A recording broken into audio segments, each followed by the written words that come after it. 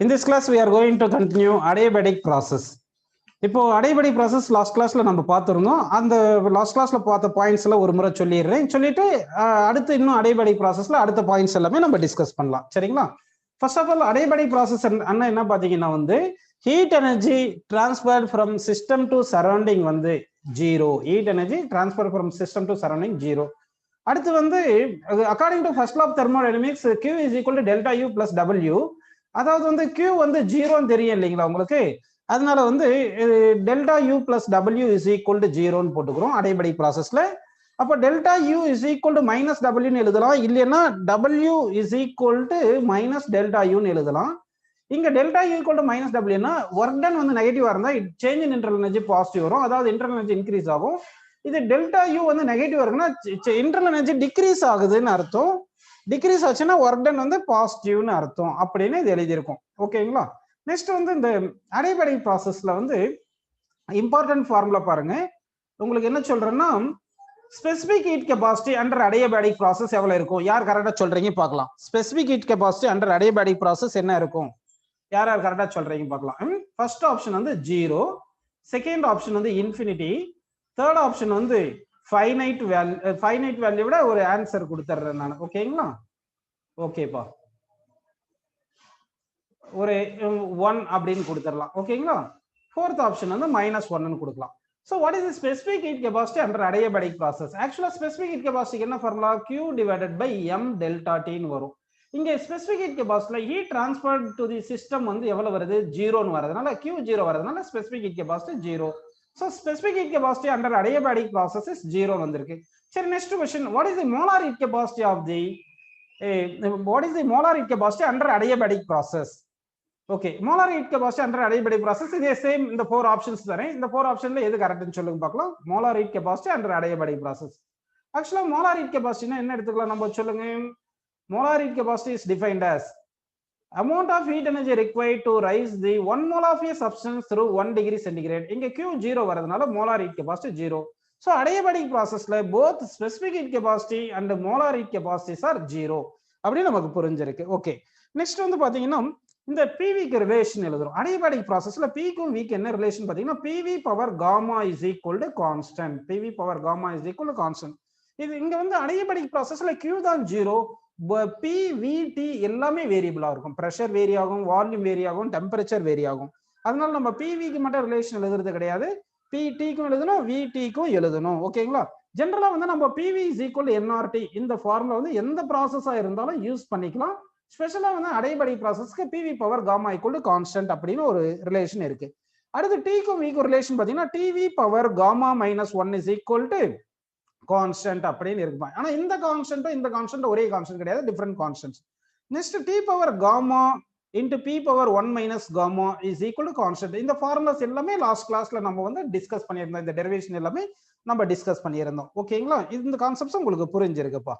Okay, next இந்த gamma அப்படின்றது என்ன பாத்தீங்கன்னா, காமான்றது ratio of molar heat capacity under constant pressure to the constant volume. அதாவது காமான்றது என்ன பாத்தீங்கன்னா molar heat capacity under constant pressure divide by molar heat capacity under constant volume. அடுத்து வந்து Cp மைனஸ் Cv க்கு வந்து நமக்கு என்ன ஃபார்முலா தெரியும்னா R ன்னு தெரியும். இந்த ரிலேஷன் தான் என்ன சொல்றேன்னா இதுக்கு இந்த ரிலேஷன் பேர் தான் மேயர்ஸ் ரிலேஷன் அப்படின்னு சொல்லியிருக்கோம். என்ன சொல்லியிருக்கோம்? மேயர்ஸ் ரிலேஷன் அப்படின்னு நம்ம சொல்லியிருக்கோம். ஓகேங்களா? இப்போ வந்து நம்ம Cp Cv க்கு அதாவது Cp by Cv is equal to காமான்னு தெரியுது.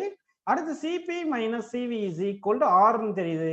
ஒரு கேஸ் கொடுத்திருந்தா அது காமா கான்ஸ்டன்ட், ஆரும் கான்ஸ்டன்ட். அப்போ in terms of gamma and R Cp Cv நம்ம கண்டுபிடிக்கணும். அப்ப என்ன பண்ணலாம், ஈக்குவேஷன் 1 ஈக்குவேஷன் 2 எடுத்துங்க, Cp Cv 2 அன்னோன் எடுத்துங்க. இந்த ரெண்டு அன்னோனை சால்வ் பண்ணா நமக்கு Cp and Cv in terms of gamma and ஆர்ல தனித்தனியா கிடைச்சிரும். அது எப்படி பண்ணலாம் பாருங்க. Cp is equal to gamma Cv அப்படின்னு எழுதிக்கிங்க ஈக்குவேஷன் 1ல இருந்து. இப்ப ஈக்குவேஷன் 2ல வந்து Cp சப்ஸ்டிட் பண்ணுங்க. Cp பிளேஸ்ல காமா Cv சப்ஸ்டிட் பண்ணிட்டு மைனஸ், அதாவது ஈக்குவேஷன் 2ல Cp பிளேஸ்ல காமா Cv சப்ஸ்டிட் பண்ணியாச்சு. இந்த மைனஸ் Cv அப்படியே எழுதிக்கிறேன். இஸ் ஈக்குவல் டு R அப்படின்னு இருக்கு. கரெக்ட்டுங்களா? இதுல இருந்து Cv காமன் எடுங்க. Cv காமன் எடுத்துட்டீங்கன்னா gamma -1 is equal to R அப்படின்னு கிடைச்சிருக்கு. Cv என்னப்பா, நீங்க தமிழ்ல நினைக்கிற Cv கிடையாது. இந்த Cv என்றது molar heat capacity under constant volume.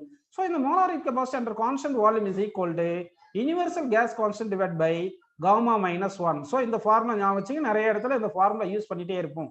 இப்போ ஒரு புது ஃபார்முலா உங்களுக்கு கிடைச்சிருக்கு. Molar heat capacity under constant வால்யூம்க்கு என்ன ஃபார்முலா பாத்தீங்கன்னா universal gas constant divide by ratio of molar heat capacity is -1. அதாவது R by gamma -1 தான் CV அப்படின்னு நம்ம சொல்றோம். அடுத்து சிபிக்கு என்ன ஃபார்முலா பாத்தீங்கன்னா, சிபிக்கு உங்களுக்கு ஆல்ரெடி இங்க என்ன ஃபார்முலா பார்த்திருக்கோங்க சொல்லுங்க, காமா இன்டு சிவின்னு பார்த்திருக்கீங்களா? சோ அப்ப காமா இன்டு சிவின்னு பார்த்திருக்கோம். இப்ப காமா தான் இங்க சிவி தான் தெரியல, இந்த சிவி இங்க சப்ஸ்டிட் பண்ணிருங்க. சோ தட் சிபிக்கு in terms of gamma and ஆர்ல கிடைக்கும் பாருங்க. அப்ப இந்த காமா சப்ஸ்டிட் பண்ணிட்டு சிவி வந்து R by gamma -1 போட்டுக்கலாமா? சோ அப்ப என்ன வந்திருக்கு பாருப்பா, CV is equal to R by gamma -1, CP is equal to gamma into R by gamma -1 அப்படின்னு நமக்கு கிடைச்சிருக்கு. ஓகேங்களா? சரிப்பா. சோ இது வரைக்கும் இந்த கான்செப்ட்ஸ் எல்லாம் புரிஞ்சிருக்கு. அடுத்து வந்து slope of PV graph in adiabatic process. Slope of PV graph in adiabatic process. PV graph in adiabatic process அப்படின்னு பார்த்திருக்கோம். கரெக்ட்டுங்களா? Slope of PV graph in adiabatic process எடுத்தீங்கன்னா என்ன வருது பாத்தீங்கன்னா, dp by dv தான் வந்து ஸ்லோப். dp by dv தான் வந்து ஸ்லோப். ஆக்சுவலா வந்து நம்ம கிராஃப் வரையும்போது y ஆக்சிஸ்ல பிரஷர் எடுத்துருவோம், x ஆக்சிஸ்ல வால்யூம் எடுத்துருவோம். இப்படி எடுக்கும்போது கிராஃப் நமக்கு இந்த மாதிரி வரும். ஒரு பர்டிகுலர் பாயிண்ட்ல நமக்கு ஸ்லோப் வேணும்னா என்ன பண்ணலாம்னா, அங்க வந்து டேன்ஜென்ட் டிரா பண்ணணும். சோ டேன்ஜென்ட் டிரா பண்றது ஒரு பர்டிகுலர் பாயிண்ட்ல டிரா பண்ணிருக்கீங்க. இந்த tangent makes certain angle with x ஆக்சிஸ்னு இருக்கும். ஓகேங்களா? சோ அப்போ அந்த x ஆக்சிஸ் மேக் பண்ணிருக்குன்னா அந்த ஸ்லோப் என்ன வரும்னா, இந்த பாயிண்ட் P ன்னு எடுத்துங்க, இந்த பாயிண்ட் V ன்னு எடுத்துங்க. சோ இந்த கரஸ்ட் ஒரு பர்டிகுலர் பாயிண்ட்ல நம்ம ஸ்லோப் வேணும், அங்க அந்த பாயிண்ட் V, P ன்னு சொல்லணும். அடுத்து அந்த கேஸ்க்கு வந்து காமான்னு ஒரு வேல்யூ வரும். அதெல்லாம் யூஸ் பண்ணிட்டு slope of PV graph under adiabatic process என்ன ஃபார்முலா அப்படின்னு பாத்தீங்கன்னா, minus gamma P by V, minus gamma P by V அப்படின்னு உங்களுக்கு புரியுது. ஆல்ரெடி நம்ம ஸ்லோப் அண்டர் ஐசோதெர்மல் ப்ராசஸ்க்கு என்ன பார்த்தோம்னா, ஸ்லோப் அண்டர் ஐசோதெர்மல் ப்ராசஸ் வந்து மைனஸ் பி பை வின்னு பார்த்தோம். அப்போ மைனஸ் பி பை வி பிளேஸ்ல நம்ம காமான் சப்ஸ்டிட் பண்ணிட்டோம்னா, அப்ப இது ஸ்லோப் அண்டர் அடியபடிக் ப்ராசஸ். கரெக்ட்டுங்களா? Slope under adiabatic process. So slope under adiabatic process is equal to gamma times of slope under isothermal process. இது வரைக்கும் நம்ம லாஸ்ட் கிளாஸ்ல பார்த்தோம், எல்லா டெரிவேஷன்லாம் பார்த்தோம், உங்களுக்கு எல்லாமே புரிஞ்சிருக்கு. ஓகே, இந்த கிளாஸ்ல இப்போ நம்ம அடிஷனலா என்ன பார்க்க போறோம் பாத்தீங்கன்னா, ஃபர்ஸ்ட் வந்து elastic bulk modulus under adiabatic process. ஓகேங்களா? Bulk modulus under adiabatic process,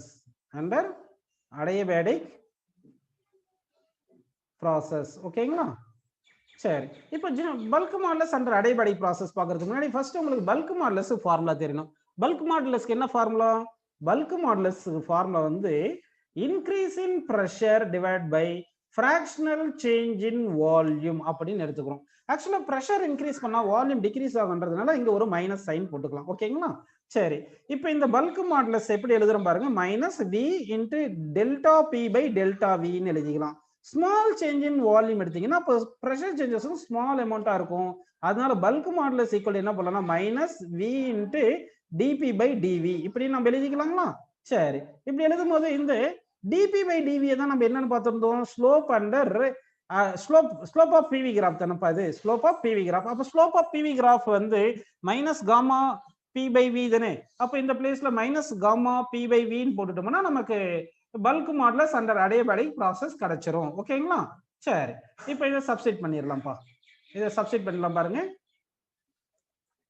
இப்போ bulk modulus is equal to minus V into இந்த ஸ்லோப்புக்கு ஃபார்முலா வந்து minus gamma P by V slope.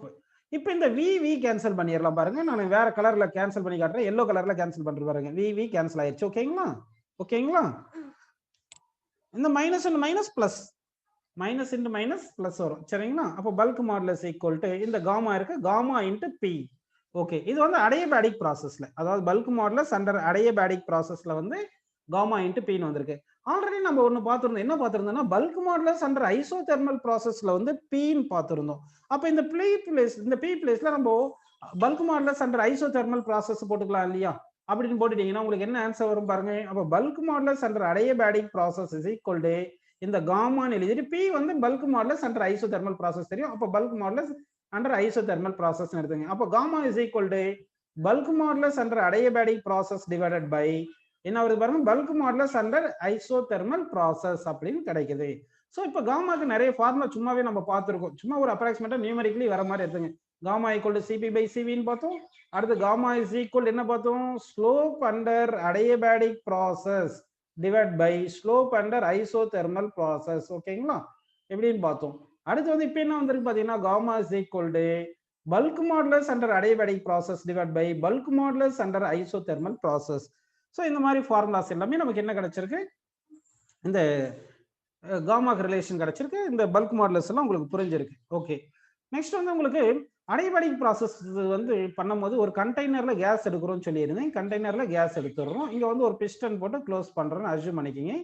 Heat transferred to the system to surrounding வந்து ஜீரோவா இருக்கணும் அடிபடிக் ப்ராசஸ்ல. அப்படின்னா இந்த கண்டெய்னர் எப்படி இருக்கணும் சொல்லுங்க, பேட் கண்டக்டர், இன்சுலேட்டரா இருக்கணும். பேட் கண்டக்டர் கரெக்ட்டுங்களா, பேட் கண்டக்டரா இருக்கணும், இன்சுலேட்டரா இருக்கணும். Insulator insulator. அதனாலதான் இந்த வால்ஸ் என்ன சொல்லுவாங்கன்னா அடியபேடிக் வால்ஸ், அடியபேடிக் வால்ஸ் அப்படின்னு சொல்லிடுவாங்க. Adiabatic வால்ஸ்னா insulator, adiabatic ப்ராசஸ்னா heat exchange ஆகக்கூடாது. அடுத்து வந்து இங்க ஹீட் எக்ஸ்சேஞ்ச் ஆகக்கூடாதுன்னா இந்த ப்ராசஸ், அதாவது கம்ப்ரஸ் பண்ணும்போதும் சரி எக்ஸ்பேண்ட் பண்ணும்போது இந்த ப்ராசஸ் எப்படி நடக்கணும், ஃபாஸ்டா நடக்கணும். ஸ்லோவா நடந்தா என்ன ஆயிரும்னு பாத்தீங்கன்னா கொஞ்சம் டைம் கொடுத்துரும், அந்த டைம்ல வந்து ஹீட் எக்ஸ்சேஞ்ச் ஆயிரும். அதனால அடியபேடிக் ப்ராசஸ் நம்ம என்ன ப்ராசஸ் சொல்றோம்னா ஃபாஸ்டஸ்ட் ப்ராசஸ். எப்படி சொல்றோம்னு சொல்லுங்க, ஃபாஸ்டஸ்ட் ப்ராசஸ் அப்படின்னு நம்ம எடுத்துக்கிறோம். ஓகேங்களா, சரி. இப்போ வந்து நான் உங்களுக்கு கொஞ்சம் கொஸ்டின்ஸ் கேட்கலாம். ஸ்லோப் அண்டர் பிவி கிராஃப் இந்த கேஸ் ஆஃப் அடியபேடிக் ப்ராசஸ் என்ன ஃபார்முலா பார்த்தோம்னா நம்ம வந்து பாருங்க minus gamma P by V அப்படின்னு தானே பார்த்தோம். சரி, இப்போ வந்து நான் ஆல்ரெடி ஒரு கொஸ்டின் கேட்டிருந்தேன். ஸ்லோப் அண்டர் அடியபேடிக் ப்ராசஸ்க்கு வந்து gamma P by V. Isothermal ப்ராசஸ்க்கு என்ன ஃபார்முலா சொல்லியிருந்தேன், ஐசோதெர்மல் ப்ராசஸ் ஸ்லோப்புக்கு வந்து slope under isothermal process, isothermal ப்ராசஸ்க்கு என்ன சொல்லியிருந்தோம்னா மைனஸ் பி பை வின்னு பார்த்துருந்தோம். ஓகே, உங்களை நேற்று இந்த கொஸ்டின் போன கிளாஸ்ல கொஸ்டின் கேட்டிருந்தோம். எப்படின்னா ப்ரெஷருக்கும் வால்யூமுக்கும் கிராஃப் வரைகிறோம். வரையும் போது இப்படி கிராஃப் வந்திருக்கு. இதுல வந்து எதுக்கு எந்த கிராஃப் வந்து ஐசோதெர்மல், எந்த கிராஃப் அடியபேடிக்னா உங்களுக்கு வந்து அடியபேடிக் கர்வ் வந்து எப்படி இருக்கு, காமா டைம்ஸ் ஆஃப், ஆக்சுவலா இது வந்து என்னது slope under isothermal, slope under isothermal கரெக்ட்டுங்களா.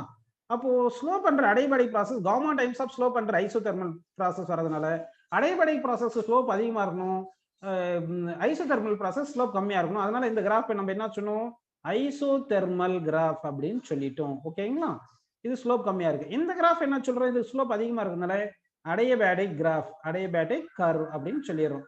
ரெண்டு கர்வுமே எப்படி இருக்குன்னா ரெக்டாங்குலர் ஹைப்பர்போலா இருக்கும், ஆனா ஸ்லோப் தான் டிஃபரெண்டா இருக்கும். ஓகேங்களா, சரி. நெக்ஸ்ட் வந்து பாருங்க, இப்போ வந்து உங்களுக்கு ஒரு 3 கர்வு தரேன், அது எல்லாமே அடியபேடிக் கர்வாவே தரேன். ஓகேங்களா, இப்போ இந்த கொஸ்டின் கேட்கறதுக்கு யார் யார் கரெக்டா சொல்றீங்க பார்க்கலாம், கவனிப்போ. இப்போ பிரஷர் வெர்சஸ் வால்யூம் கிராஃப் கொடுக்குறேன் நான். ஒய் ஆக்சிஸ்ல வந்து பிரஷர் எடுத்திருக்கேன், ஒய் ஆக்சிஸ்ல பிரஷர் எடுத்திருக்கேன், எக்ஸ் ஆக்சிஸ்ல வந்து வால்யூம் எடுத்திருக்கேன். இப்போ ஒரு 3 கிராஃப்ஸ் வரைகிறேன், நல்லா கவனிக்கணும். ஓகே, இங்க பாருங்க இந்த பாயிண்ட் எடுத்திருக்கோம். இப்போ இது ஒரு கிராஃப் வரைகிறேன், அடுத்து இது ஒரு கிராஃப் வரைகிறேன், இது ஒரு கிராஃப். இந்த 3 கிராஃபுமே வந்து நம்ம வந்து எப்படி எடுத்திருக்கோம்னா அடியபேடிக் கர்வ் தான். இந்த 3 கர்வுமே அடியபேடிக் கர்வ், ஆனா 3 டிஃபரெண்ட் கேஸஸ்க்கு எடுத்திருக்கேன். ஒரு கேஸ் வந்து என்ன கேஸ் பாத்தீங்கன்னா, இது வரைஞ்சது வந்து நல்லா வரைஞ்சு காமிச்சிருப்பாரு. ஒரு கேஸ் வந்து mono atomic gas, mono atomic gas. இன்னொரு கேஸ் வந்து டைஅட்டாமிக் கேஸ், டைஅட்டாமிக் கேஸ் கரெக்ட்டுங்களா. இன்னொரு கேஸ் வந்து ட்ரைஅட்டாமிக் கேஸ்னு எடுத்திருக்கேன், ட்ரைஅட்டாமிக் கேஸ். ஓகேங்களாப்பா, ஸோ இந்த மாதிரி எடுத்திருக்கோம். டைஅட்டாமிக், மோனோஅட்டாமிக், ட்ரைஅட்டாமிக் எடுத்திருக்கேன். இப்போ இந்த கிராஃப்ஸ் நான் வரைஞ்சிருக்கேன். இந்த கிராஃப்ஸுக்கு வந்து நான் நம்பர்ஸ் கொடுத்துறேன். இந்த கர்வ் வந்து ஃபர்ஸ்ட் கர்வ், இது செகண்ட் கர்வ், இது தேர்ட் கர்வ். விச் கர்வ் வந்து மோனோ அட்டாமிக் சொல்லுங்க. அப்புறமா ஒன்னு கரெக்டா சொல்லிட்டு அடுத்து எது டைஅட்டாமிக் எது ட்ரைஅட்டாமிக் நம்ம கரெக்டா சொல்லிடலாம். ஓகேங்களா, எது மோனோஅட்டாமிக் கர்வ், எது டைஅட்டாமிக் கர்வ், எது ட்ரைஅட்டாமிக் கர்வ் அப்படின்னு கொஸ்டின் கேட்டிருக்கேன். சரி, இது எப்படி கண்டுபிடிக்கிறதுன்றது நீங்க திங்க் பண்ணி சொல்லுங்க. அதுக்குள்ள நான் கொஞ்சம் பேர் ஃபார்முலாஸ் சொல்லி கொடுக்குறேன். உங்களுக்கு போன கிளாஸ்ல வந்து நம்ம என்ன சொல்லியிருந்தோம்னா இந்த degrees of freedom, degrees of freedom, அடுத்து சிவி, நெக்ஸ்ட் சிபி, இந்த காமாக்கு ரிலேஷன் சொல்லியிருந்தேன். சரிங்களா, இது வந்து எந்தெந்த கேஸ் சொன்னோம், மோனோ அட்டாமிக் கேஸ் சொல்லியிருந்தோம், டைஅட்டாமிக் கேஸுக்கு சொல்லியிருந்தோம், அடுத்து ட்ரைஅட்டாமிக் கேஸ் நான் லீனியருக்கு சொல்லியிருந்தோம். இதுக்கு சொல்லியிருந்தோம், ஞாபகம் இருக்குங்களா. ஓகே, இப்போ போடும்போது மோனோடாமிக் கேஸுக்கு டிகிரிஸ் ஆஃப் ஃப்ரீடம் வந்து 3, டைஅட்டாமிக் கேஸுக்கு 5, ட்ரைஅட்டாமிக் கேஸ் 6. இங்க சிவி வந்து என்ன வரும் சொல்லுங்க, சிவிக்கு என்ன ஃபார்முலா, ஆக்சுவலா சிவிக்கு வந்து ஃபார்முலா f/2 × r. சிபிக்கு என்ன ஃபார்முலா, சிபிக்கு வந்து சிவி பிளஸ் ஆர் கரெக்ட்டுங்களா. காமாக்கு என்ன formula, CP divide by CV அப்படின்னு வருதுன்னு எல்லாமே சொல்லியாச்சு. இப்போ இந்த டிகிரிஸ் ஆஃப் ஃப்ரீடம் மட்டும் ஞாபகம் வச்சுட்டா போதும், இந்த ஃபார்முலாஸ் ஞாபகம் வச்சுட்டு அப்படியே எழுதிடலாம். மோனோடாமிக் கேஸுக்கு வந்து டிகிரிஸ் சிவி வந்து 3/2r, டயடாமிக் கேஸுக்கு 5/2R, ட்ரையடாமிக் கேஸுக்கு 3R, ஏன்னா 6/2R போட்டுக்கோங்க. சிபி என்ன வரும், ஒரு சிபியோட ஒரு R ஆட் பண்ணிக்கோங்க. So CP for monoatomic gas, CP for monoatomic gas is 5/2R. ஓகேங்களா, என்ன வந்து 3/2R ஆட ஒரு R கூட்டிடுறோம், 5/2R வருது. டயடாமிக் கேஸுக்கு 7/2R, ட்ரையடாமிக் கேஸுக்கு வந்து நமக்கு என்ன வருதுன்னா 4R வருது. இப்போ காமா வந்து என்ன சொல்லுங்க, ratio of the molar heat capacities என்ற constant pressure and constant volume. அப்போ சிபியும் சிவியும் டிவைட் பண்ணுங்க, உங்களுக்கு என்ன கிடைக்கும், காமா கிடைக்கும். ஸோ 5/2R 3/2R டிவைட் பண்ணுங்க, 5/3 வருதா. இங்க 7/2R 5/2R டிவைட் பண்ணுங்க, 7/5 வருதுங்களா. 4/4R 3R டிவைட் பண்ணுங்க, 4/3 வருது. இது வரைக்கும் உங்களுக்கு புரிஞ்சிருக்கு. இந்த வேல்யூஸ் இதை டிவைட் பண்ணி பார்த்தா என்ன வரும் சொல்லுங்க, 1.33. இது என்ன வரும் 1.4. இங்க என்ன வருது பாருங்க 1.67 அப்ராக்சிமேட்டா சொல்லியிருந்தோம் இல்லையா. அப்ப அந்த டிகிரிஸ் ஆஃப் ஃப்ரீடம் கூடனா காமா வேல்யூ குறையுது, டிகிரிஸ் ஆஃப் ஃப்ரீடம் கூடனா காமா வேல்யூ குறையுது அப்படின்னு சொன்னோமா. ஓகேப்பா, அப்ப டிகிரிஸ் ஆஃப் ஃப்ரீடம் கூடனா காமா குறையும். அப்ப மோனோடாமிக் கேஸ் தான் காமா அதிகம், டயடாமிக் கேஸுக்கு காமா கம்மி, ட்ரையடாமிக்ஸ்க்கு அதை விட காமா கம்மியா வரும். ஓகே, இது வரைக்கும் உங்களுக்கு புரிஞ்சிருக்கு.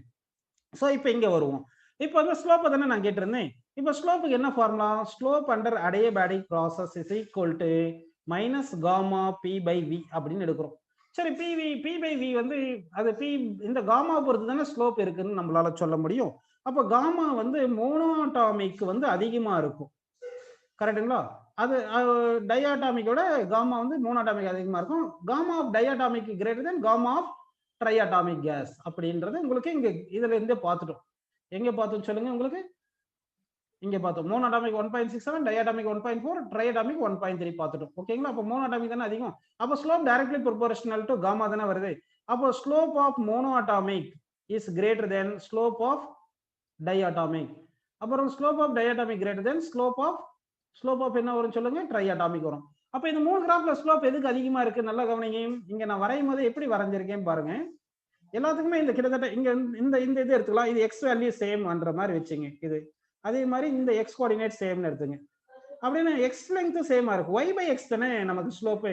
அப்படின்னு தேர்ட் கிராஃப் பாருங்க, ஒய் வேல்யூ அதிகம், செகண்ட் கிராஃபுக்கு ஒய் வேல்யூ இன்னும் கம்மியா இருக்கு, தேர்ட் கிராஃபுக்கு ஒய் வேல்யூ எந்த அளவுக்கு வருது, ஒய் செகண்ட் கிராஃபுக்கு ஒய் கம்மியா வரும், தேர்ட் கிராஃபுக்கு இன்னும் ஒய் கம்மியா வருது. அப்போ ஸ்லோப் வந்து தேர்ட் கிராஃபுக்கு தானே அதிகமா இருக்கு. ஸ்லோப் வந்து எந்த கிராஃபுக்கு அதிகமா இருக்கு பாருங்க, தேர்ட் கிராஃபுக்கு தான் அதிகமா இருக்கு. ஓகேங்களா. ஸோ அப்போ வந்து slope of third graph greater.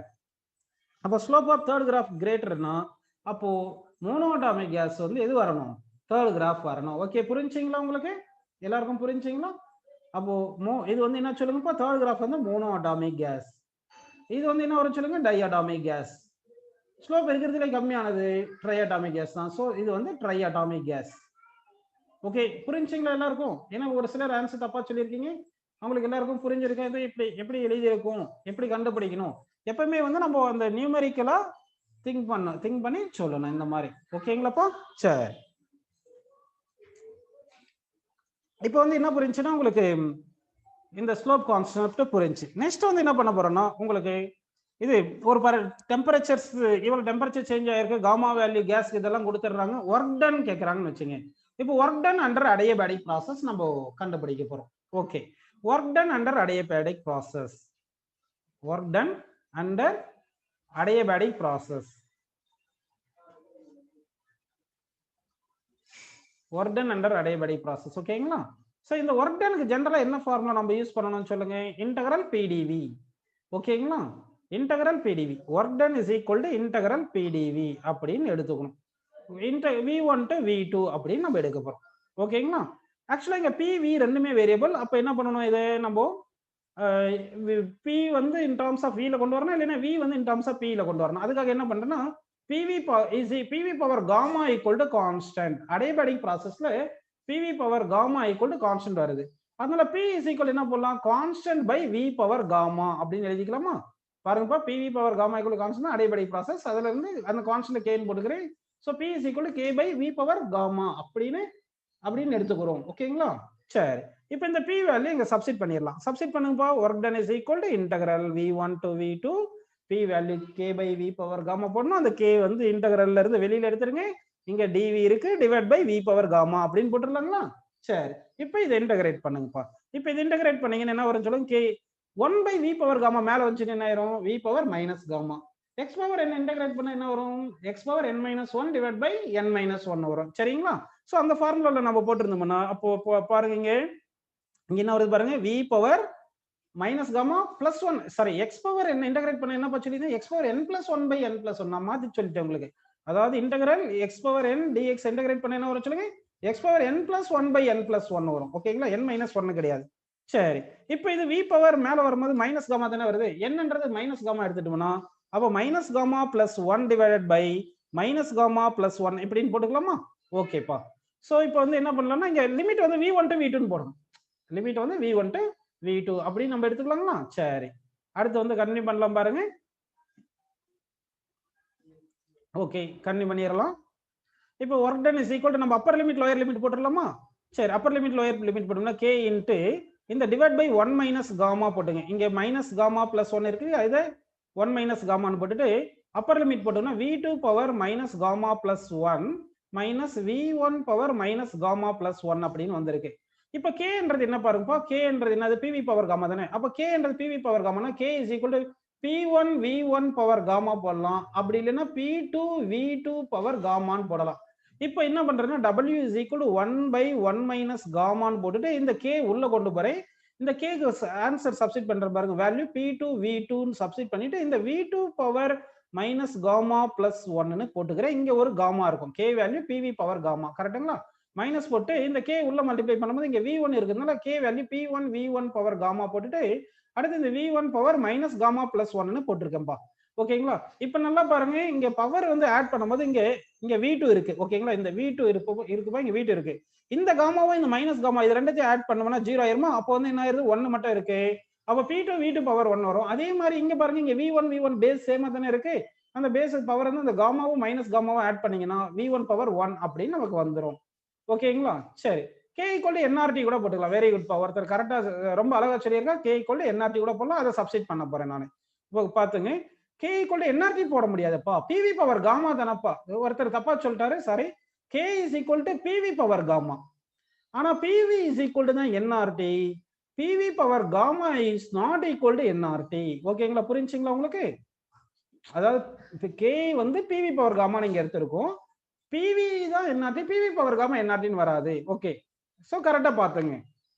இப்போ கண்டினியூ பண்ணிடலாம், நம்ம கண்டினியூ பண்ணலாங்களா? சரி, w is equal to 1 by 1 minus gamma into இங்க என்ன இருக்கு பாருங்க, இங்க p2 இருக்குங்களா, இங்க v2 இருக்குங்களா, இங்க v2 இருக்கு, இங்க என்ன இருக்கு பாருங்க p1 இருக்குங்களா, இங்க v1 இருக்குங்களா.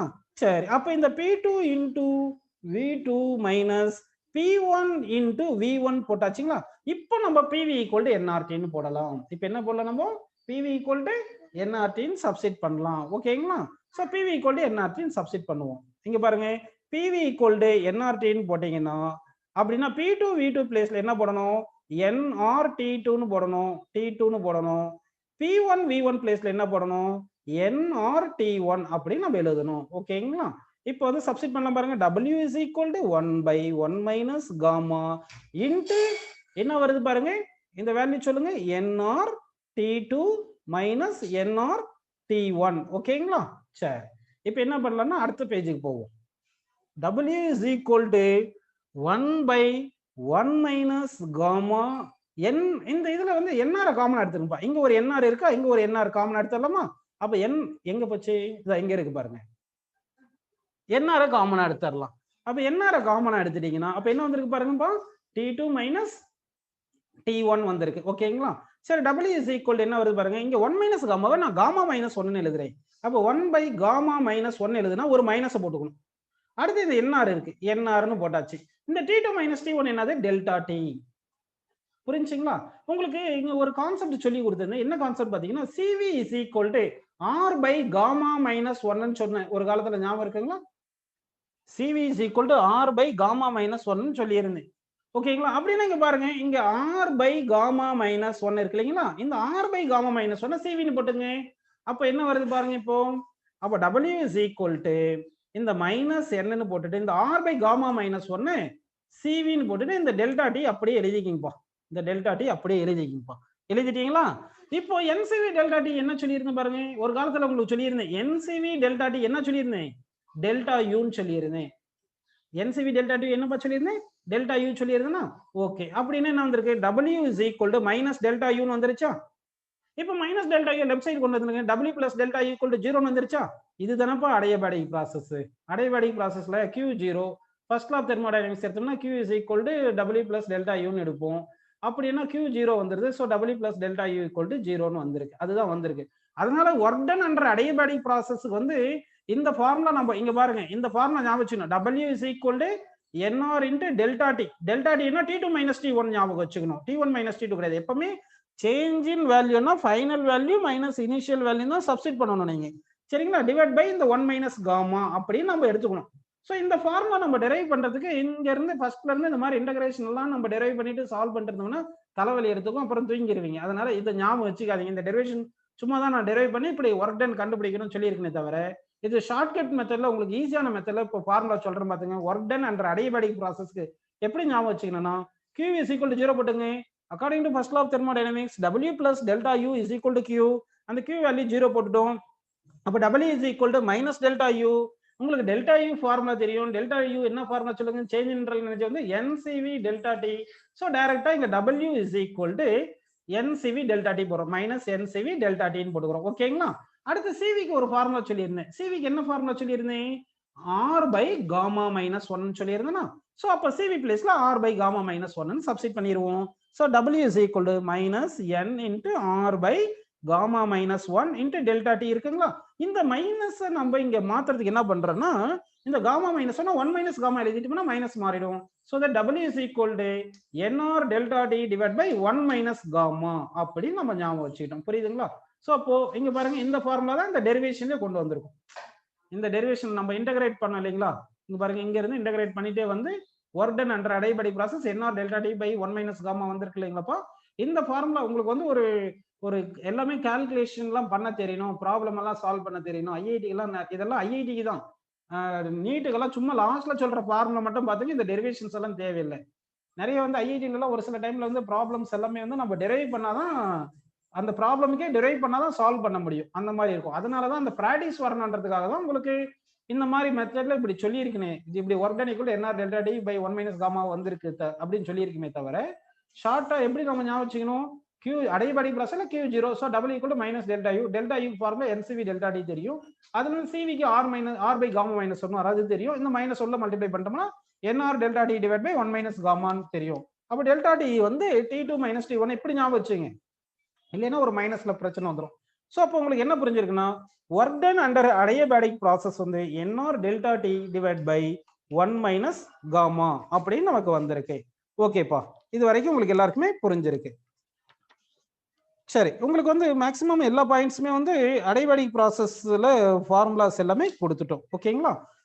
சரி, இதை வந்து இன்னும் கொஞ்சம் ஞாபகம் வச்சுன்னா, என்ன நீங்க இப்படி நினைப்பீங்க, W is equal to NR delta T by 1 minus gamma எழுதும்போது காமா பெருசா இருக்கு, கிரேட்டரா இருக்கு, அப்ப இது கொஞ்சம் கன்ஃபியூஷனா வரும்னு நினைச்சீங்கன்னா, அதை விட ஃபார்முலா இப்படி ஞாபகம் வச்சுங்க, கன்ஃபியூஷனே இருக்காது. N into R into T1 minus T2 போட்டுங்க. இப்போ இங்க டெல்டா டி என்றது T2 மைனஸ் T1 தானே? டெல்டா டி என்றது T2 மைனஸ் T1 பா.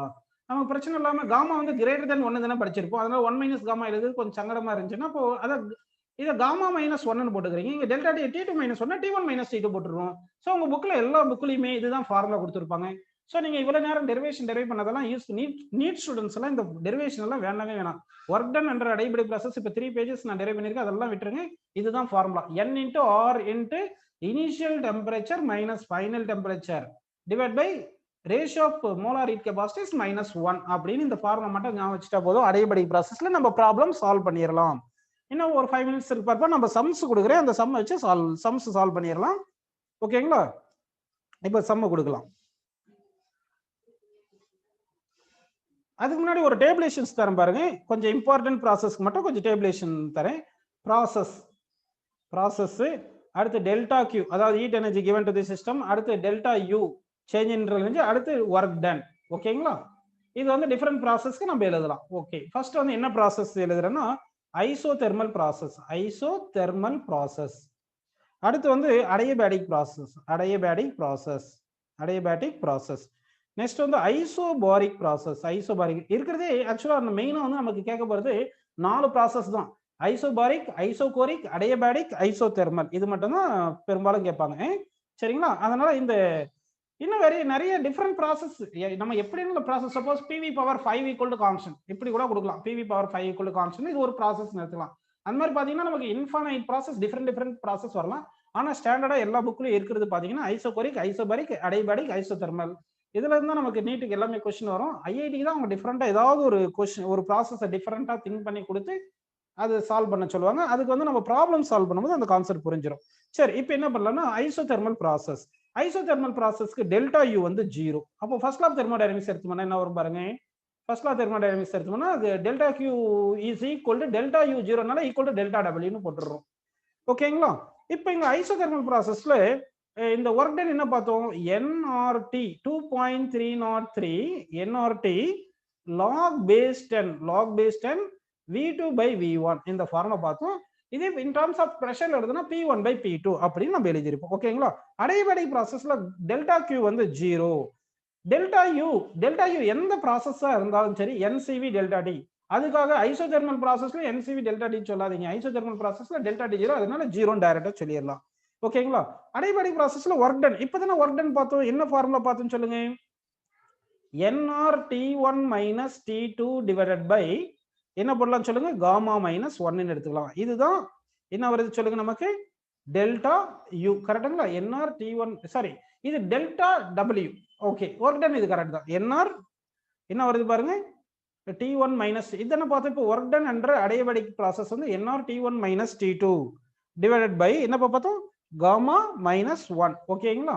சரி, இதை கொஞ்சம் மாத்தி கூட எழுதலாம். எப்படி சொல்லுங்க, nR into T1 என்ன சொல்லுங்க, P1 V1 minus nR into T2 என்ன வரும், P2 V2 அப்படின்னு எழுதிட்டு டிவைடட் பை என்ன எழுதலாம் சொல்லுங்க, நம்ம காமா மைனஸ் 1 எழுதலாம். this is equal என்ன சொல்லலாம், மைனஸ் டெல்டா யூன்னு சொல்லலாம். ஏன்னா delta W equal to minus delta U அப்படின்னு நம்ம எடுத்துக்கலாம். ஓகேங்களா? சரிப்பா, நெக்ஸ்ட் பாருங்க ஐசோபாரிக் ப்ராசஸ். ஐசோபாரிக் ப்ராசஸ்ல ஹீட் எனர்ஜி கிவன் எவ்வளவு சொல்லுங்க, n into Cp delta T. அதாவது நம்பர் ஆஃப் மோல்ஸ் உங்களுக்கு ஆல்ரெடி மோலார் ஹீட் கெபாசிட்டி சொல்லியிருந்தேன். மோலார் ஹீட் கெபாசிட்டி என்ன ஃபார்முலா சொல்லியிருந்தேன் சொல்லுங்க, அதை வச்சு நம்ம கொண்டு வந்துடலாம். அதாவது molar heat capacity equal Q by N delta T. இதெல்லாம் ஃபார்முலா பார்த்துருக்கோம். இதுல இருந்து Q is equal to N into C into delta T. இதுதான் general formula, Q into N into C delta T. அதாவது இப்போ ஹீட் எனர்ஜி எவ்வளவுன்னு கேட்டாங்கன்னா number of moles into molar heat capacity in that process. எந்த ப்ராசஸ்க்கு heat energy கேட்கறாங்களோ அந்த process உடைய மோலார் ஹீட் கெபாசிட்டி போட்டுட்டு இன்டு டெல்டா டி போட்டீங்கன்னா ஹீட் எனர்ஜி அந்த ப்ராசஸ்க்கு நம்ம கிடைச்சிரும். ஓகேங்களா? சரி, டெல்டா யூ என்னது, எந்த ப்ராசஸா இருந்தாலும் NCV டெல்டா டி உங்களுக்கு தெரியாது. நெக்ஸ்ட் வந்து இந்த கேஸ்ல ஒர்க் டன் அண்டர் ஐசோபாரிக் ப்ராசஸ்க்கு வந்து ஃபார்முலா என்ன சொல்லுங்க, pressure into delta V final volume minus initial volume அப்படின்னு எடுத்துக்கிறோம். இதுதான் nR டெல்டா டின்னு சொல்றேன். nR into T2 minus T1 அப்படின்னு நம்ம எடுத்துக்கிறோம். ஓகேங்களாப்பா? சரி, இது வந்து உங்களுக்கு புரிஞ்சிருக்கு. நெக்ஸ்ட் வந்து பாருங்க ஐசோகோரிக் ப்ராசஸ் போயிடணும். ஐசோகோரிக் ப்ராசஸ்ல ஒர்க் டன் 0, ஏன்னா வால்யூம் வந்து கான்ஸ்டன்ட். ஓகேங்களா? அப்போ ஒர்க் டன் 0னா delta Q is equal to delta U, that is equal to NCV delta T. Adiabatic isochoric ப்ராசஸ்ல CV, அதாவது உங்களுக்கு இங்க ஃபார்முலா சொன்னேன் இல்லையா, Q is equal to NC delta T. C என்றது என்ன பண்ணா ஐசோகோரிக் ப்ராசஸ்ல வால்யூம் கான்ஸ்டன்ட்னால molar heat capacity under constant volume அப்படின்னு போட்டுக்கிறோம். ஓகேங்களா? இதுதான் delta Q equal to delta U. அப்போ W 0, ஐசோகோரிக் ப்ராசஸ்ல வால்யூம் சேஞ்ச் ஆகாது, அதனால work done 0. So that delta Q equal to delta U அப்படின்னு வந்துரும். இங்க என்ன வந்துரும் சொல்லுங்க, டெல்டா Q, அதுதான் இங்க எழுதி இருக்கும், delta Q is equal delta U. அப்ப டெல்டா U திருப்பி அதே தான் எழுத போறோம், NCV delta T. Delta W வந்து 0 அப்படின்னு நமக்கு கிடைச்சிருக்கு. ஓகேங்களா? சோ உங்களுக்கு இந்த டேபிளேஷன் இந்த டேபிளேஷன் தான் ரொம்ப இம்பார்ட்டன்ட். இது ஒரு டேபிளேஷன். இன்னொன்று degrees of freedom CV CP இந்த காமா இதெல்லாம் கொடுத்தேன் இல்லைங்களா? சோ அந்த டேபிளேஷன்ஸ் எல்லாம் நீங்க கொஞ்சம் ஞாபகம் வச்சுக்கணும்ப்பா. ஓகேங்களா? இந்த டேபிளேஷன் அப்படியே பார்த்துங்க, இதை ஞாபகம் வச்சுக்கணும் நீங்க.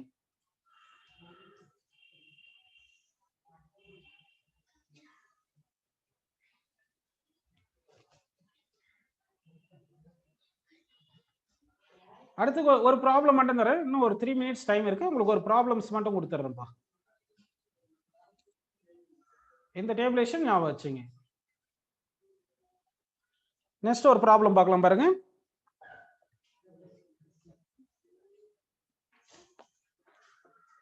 கிராம், இது ஃபாஸ்டா சால்வ் பண்ண யார் பண்றீங்க பார்க்கலாம். 14 கிராம் ஆஃப் நைட்ரஜன் கேஸ். நல்லா பாருங்க, 14 gram of nitrogen gas is compressed in an adiabatic process, in an adiabatic process such that its temperature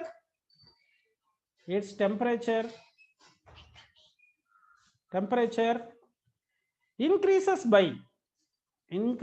by 60 degrees centigrade. Find the work done on the gas. Find the work done on the gas.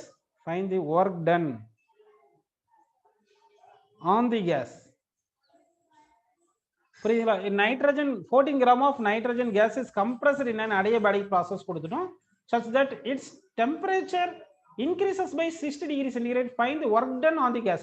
compress பண்ணியிருக்கோம்னா work done by the gas வந்து compress பண்ணும்போது negative, work done on the gas வந்து பாசிட்டிவ்னு வரணும். அதை ஞாபகம் வச்சுக்கங்க. ஓகேங்களா? work done by the gas வந்து compress ஆகும்போது negative, work done on the gas வந்து பாசிட்டிவ். எனவே ஒர்க் டனுக்கு என்ன ஃபார்முலா சொல்லுங்க? நம்ம லாஸ்ட்ல என்ன சைன் வந்தாலும் நம்ம சைனை மாதிரி கரெக்டான சைன் போட்டுக்கணும். இப்போ ஒர்க் டன் என்ற அடையபடிக் ப்ராசஸ் இப்போ நம்ம ஃபார்முலா பார்த்தோம். என்ன சொல்லுங்க? NR delta T divided by gamma minus 1 அப்படின்னு ஞாபகம் வச்சுங்க. டெல்டா T என்றது T1 மைனஸ் T2. இங்க நமக்கு மைனஸ் வரணுமா பிளஸ் வரணுமா அந்த கன்ஃபியூஷன் தேவையில்லை. ஏன்னா வந்து இது நைட்ரஜன் கேஸஸ் கம்ப்ரஸ்ன்னு சொல்லிட்டாங்க. அதனால வந்து இது அப்படியே சப்ஸ்டிட் பண்ணிட்டு நம்ம ஆன்சர் பாசிட்டிவ்ல வரணும். Work done during compression. ஓகேங்களா? ஓகேப்பா. ஸோ இது சால்வ் பண்ண என்ன வருது பாத்தீங்கன்னா, என்ன எவ்வளவு கொடுத்துருக்காங்க பாருங்க. 14 கிராம் கொடுத்துருக்காங்க. 14 கிராம் ஆஃப் நைட்ரஜன் எத்தனை மோல்ஸ்? ஆஃப் மோல் வரும். ஏன்னா நைட்ரஜனுக்கு வந்து நைட்ரஜன் வந்து பாத்தீங்கன்னா 28 தானே அட்டாமிக் இது மாஸ் நம்பர். அப்போ 14 கிராம் ஆஃப் நைட்ரஜன்ல எத்தனை மோல்ஸ் இருக்கும்? நமக்கு ஆஃப் மோல்ஸ் இருக்கும். அது புரியுதுங்களா உங்களுக்கு? ஃபர்ஸ்ட் அதாவது வந்து number of moles is equal to mass by molar mass. Mass வந்து 14 கிராம், ஆனா மோலார் மாஸ் 28. ஸோ 1/2 அப்படின்னு வந்துருது. ஓகேங்களா? சரி, இது 1/2 போட்டோம். ஆர் வந்து என்ன பாருங்க, ஆர் வந்து 8.31 அப்படின்னு எடுத்துங்க. ஓகேங்களா? டெல்டா டி அவங்களே கொடுத்துட்டாங்க. டெல்டா டி எவ்வளவு கொடுத்துருக்காங்க? 60 டிகிரி கொடுத்துருக்காங்க. அப்போ 60 டிகிரின்னு போட்டுங்க. Divide by gamma. காமா வந்து இது நைட்ரஜன் கேஸ் தானே. நைட்ரஜன் கேஸ் என்ன? Diatomic gas. டயட்டாமிக் கேஸுக்கு காமா வந்து 7/5. ஸோ 1.4 அப்படிதானே. நைட்ரஜன் கேஸ்க்கு வந்து காமா வந்து எவ்வளோப்பா? காமா வேல்யூ இங்க கொடுக்கல தானே. நைட்ரஜன் கேஸ் N2 தானப்பா. N2 வந்து 7/4 1.4 வரும். ஸோ அப்போ என்ன பண்ணலாம்னா 1.4 மைனஸ் 1ன்னு போடுங்க. இப்போ இதை சால்வ் பண்ணுங்க. இப்போ இதை சால்வ் பண்ணா ஃபாஸ்ட் சால்வ் பண்ணி சொல்லுங்க. 60/2 13 வரும். 30 into 8.31. 8.31 வேணும்னா நம்ம ஆர்லயே வச்சுக்கலாம். இன் டர்ம்ஸ் ஆஃப் ஆர்ல காமிச்சிடலாம். ஓகேங்களா? In terms of R. So ஆர்னு போட்டு 1.4 மைனஸ் 1. 1.4 மைனஸ் 1 எவ்வளவு சொல்லுங்க? 0.4. 0.4 4/10 எழுதிக்கலாமா? ஸோ 300 டிவைட் பை 4 இன்டு ஆர்னு வந்திருக்கு. 300/4 எவ்வளோப்பா? 300/4 150 75. ஸோ 75 ஆர்னு வருதுங்களா ஜூல்? இந்த ஆன்சர் கரெக்டா பாருங்க.